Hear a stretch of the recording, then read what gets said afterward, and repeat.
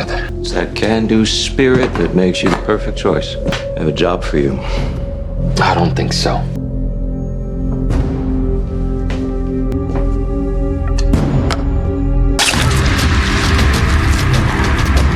Really?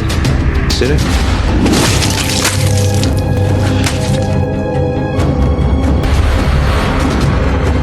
What do you want me to do? Simple, really. I need you to bring me Haley's blood. Devuales numerus puerum. Devuales numerus puerum. Numerus puerum.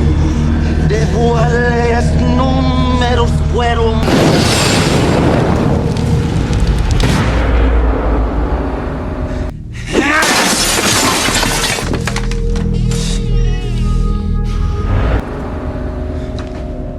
Who are you? I was wondering if you'd recognize me. And again, you look... I'm gonna ask you again, before I ask much less nicely. Who are you? Fitting I find you up here. We used to climb into the trees when we were planning a bit of mischief. Never wanted Mother to hear what her little Moonin and Moonin were whispering about. Don't break my heart and tell me you've forgotten me. It can't be. Freya.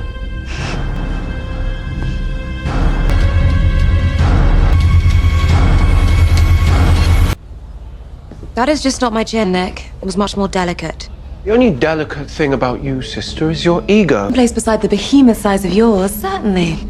Could we dispense with this fascinating dispute for just a moment and return to the subject of our supposed long-lost sister? Said she was Freya and then darted off into the night. She could be anyone telling any lie. It seemed familiar somehow. Then how is she still alive? A question as ridiculous as its possible solutions given this family's annoying predilection for cheating death. This question, it would be nice to know if the woman who placed a curse on the firstborns of this family is still breathing air. Enough, both of you. We'll find out soon enough.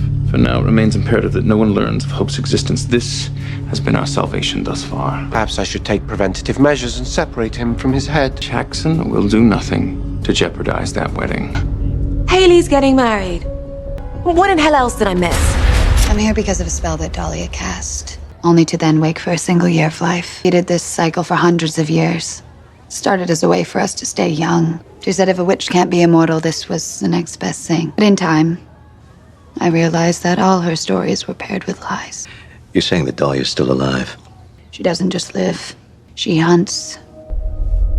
To Dahlia, any act of betrayal is punishable by death.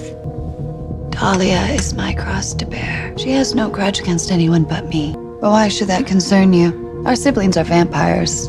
There are no firstborns for her to take. Klaus, the hybrid. He had a daughter. Where is she? He has her hidden.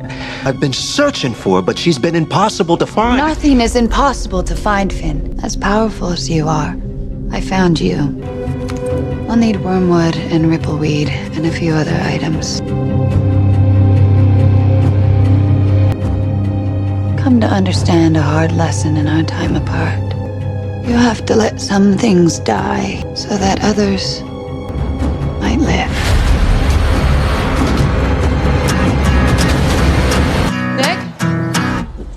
Nick? Finn has Marcel.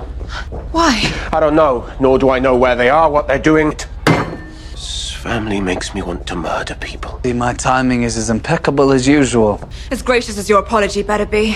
You're still getting one hell of a slap! Wait. I came here because I need your help. Look, you don't understand, Nick. Finn has locked me in this body. No more jumping. He's put a curse on me, Nick. I am dying. You don't believe me? Well, you're hardly the champion of truth-telling. Why would a brother expect his siblings to leap to his aid? Oh, spare me the pity party, Cole. I know what I've done. But I won't apologize for trying to pull one over on your Bex. You deserved it. But I don't deserve to die. Certainly not at the hands of my own family. And of Khan are you playing? The con I hate the most. The truth. He's not lying. Even as a boy, Cole never lied once caught out on the act. He may play dirty pool, but he's not lying. Nick, I was helping Marcel for Davina. Finn has got him. He's trying to get a secret out of him, something he thinks Marcel knows about you.